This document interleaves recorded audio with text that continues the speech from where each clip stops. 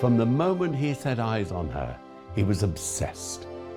In 1878, Violet Cameron was just 15, but she was already a star on the London stage. To 18-year-old Percy Lefroy Mapleton, she was perfect. He was a poor and sickly young man. Violet didn't even know he existed. But Lefroy was convinced they belonged together. He would go to any lengths to win her. He would lie for her. He would steal for her. And eventually, he would kill for her.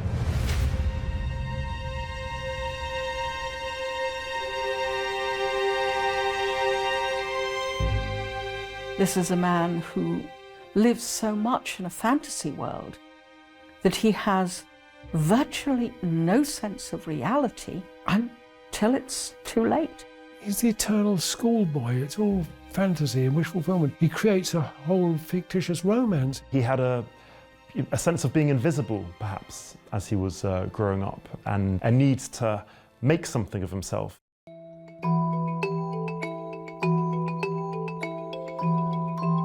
Percy Lefroy Mapleton dreamed of becoming a writer, and he could certainly tell a tall tale. He posed as a young man of education and wealth. He told some people he was related to an earl. He claimed his father had been a prominent clergyman. To others, he was Belgian nobility or a partner in a grand firm of solicitors. In fact, Lefroy's father was an alcoholic Royal Navy captain who showed no interest in his son, and his mother died of tuberculosis when he was just 6 years old.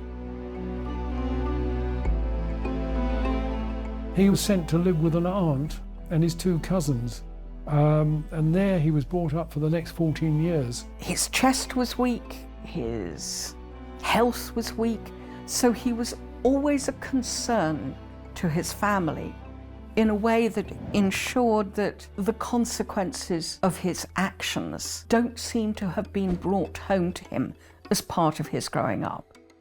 He seems always to have indulged in petty deceptions, petty lies, and to have got away with it. Here is someone who was rather invisible as a child, was desperate to make a mark in a world that had seemed so hostile, at least in his early years. By 1881, Lefroy's obsession with the young actress Violet Cameron was utterly consuming him. He told relatives they were married.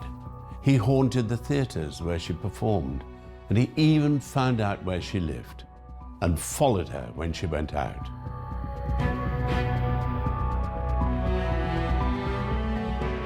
Lefroy wanted to become a theatre critic, and I think this is when he suddenly spotted or conceived this passion for Violet Cameron. She'd been on the stage since she was about 8. She was a popular singer, and she would perform in light-hearted operettas. It was one of the few professions where women almost sort of rivaled men in terms of the celebrity status that they could achieve. Percy Lefroy Mapleton longed for her to be in his life. So she's the star that he's fixed his hopes on, that he hopes by some kind of ploy and machination to attain. If only he could find a way into Violet's world, present himself as a man of means, a man of talent, then surely she would see his worth. She would be his. Lefroy concocted an ambitious scam.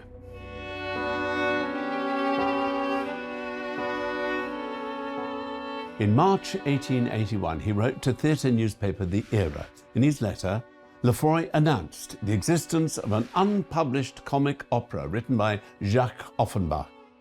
The popular French-German composer was in no position to deny Lefroy's claim.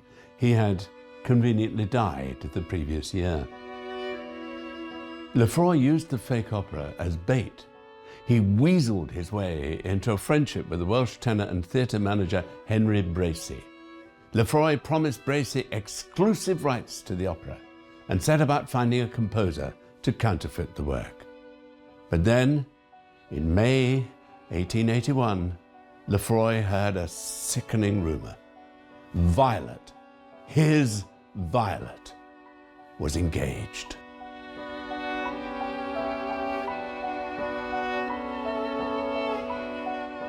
She never ever met him, but he always seemed to think that he had actually declared his love and that she declared her love for him. I don't think there can be any doubt that he was dangerously obsessed with the idea of somehow getting close to Violet Cameron.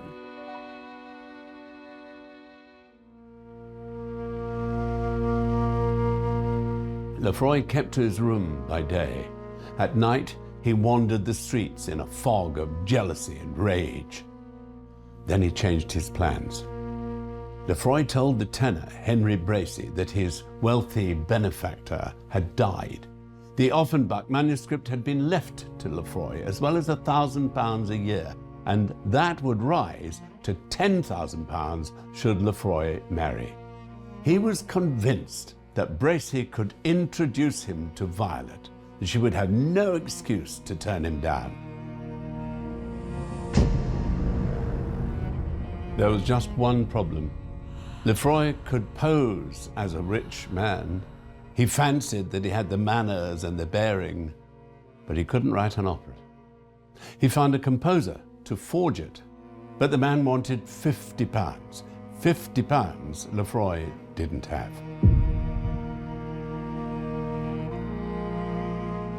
Percy Lefroy Mapleton at that stage was presumably even more desperate than normal. He seemed to have run out of money completely.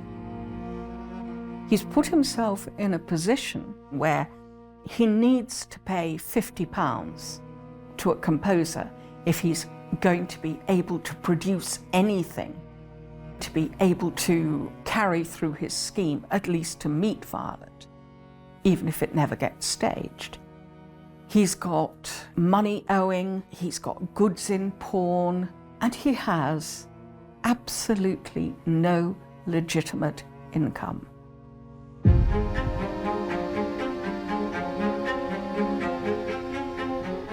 Lefroy despaired. He had promised Bracy the opera by July. He'd pawned his best clothes and owed money all over town. But then, a miracle. A friend who owed Lefroy 10 guineas promised to lend him £100. On the 24th of June, Lefroy met the man at Charing Cross Station. His friend cheerfully handed him a cheque, then dashed away to his train. Lefroy, giddy with excitement, hurried to the bank. But his friend had lied. The cheque was no good. There was no money. All Lefroy's promises and his grand plans came crashing down. In a matter of days, he would be exposed as a charlatan, and his dream of winning Violet's heart would crumble. He had to do something.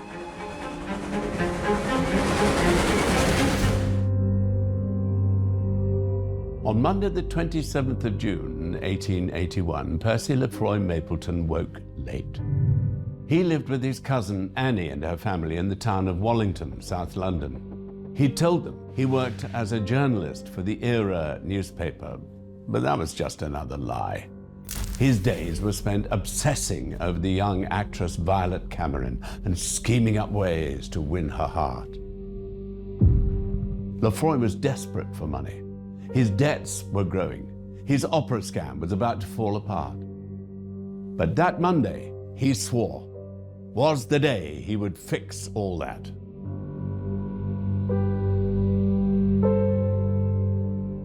There is this crisis. He hasn't got the Offenbach script. He's in debt. He's pawning his clothes.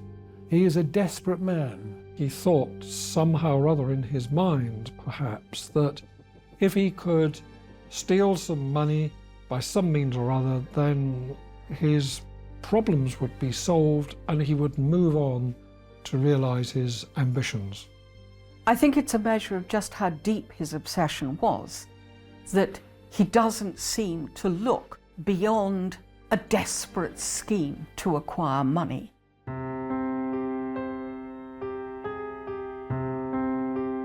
Just before 10 a.m., Lefroy called for his favourite nephew, Melville. He had an errand for the boy. He pressed a letter into the 7-year-old's hand and asked him to run it over to a nearby newsagent. Melville delivered the letter to Albert Ellis at his shop. It said that Melville's mother, the heavily pregnant Annie, had an order to place and asked Mr. Ellis to please call on them at once. After luring the newsagent away, Lefroy snuck out of the house and around the corner to the shop. He owed Ellis more than £1 and told the young assistant left in charge he wished to settle his bill. Lefroy handed the teenager an envelope telling him it had 2 sovereigns in it. The shop boy gave him 13 shillings in change. The teenager didn't open the envelope until Lefroy had left, and inside were a single shilling and 2 worthless antique medals. Having settled his debt and made a pretty profit doing so, Lefroy hurried away to Wallington Station. He caught the 10:49 train to London Bridge. It was time for the next part of his plan. He headed for Borough High Street. At number 25 stood the Adams and Hilstead pawnbrokers. London was saturated with pawnbrokers at the time, and we need not think of this necessarily as something that was just for the destitute. You pledge an article and you can borrow money against that article, and then when you've got the money back again, you can redeem it. If the ticket wasn't redeemed at the declared time, then the pawnbroker would sell the items and make his profit that way. The pawnbroker's function was there to enable you to keep up a facade of respectability. It's absolutely telling that the 2 busiest days for the pawnbroker were Saturday and Monday. You get your wages, you go, you redeem your Sunday best, you wear it out for whatever purpose, and then come Monday, you brush it down, make it look as respectable as you possibly can.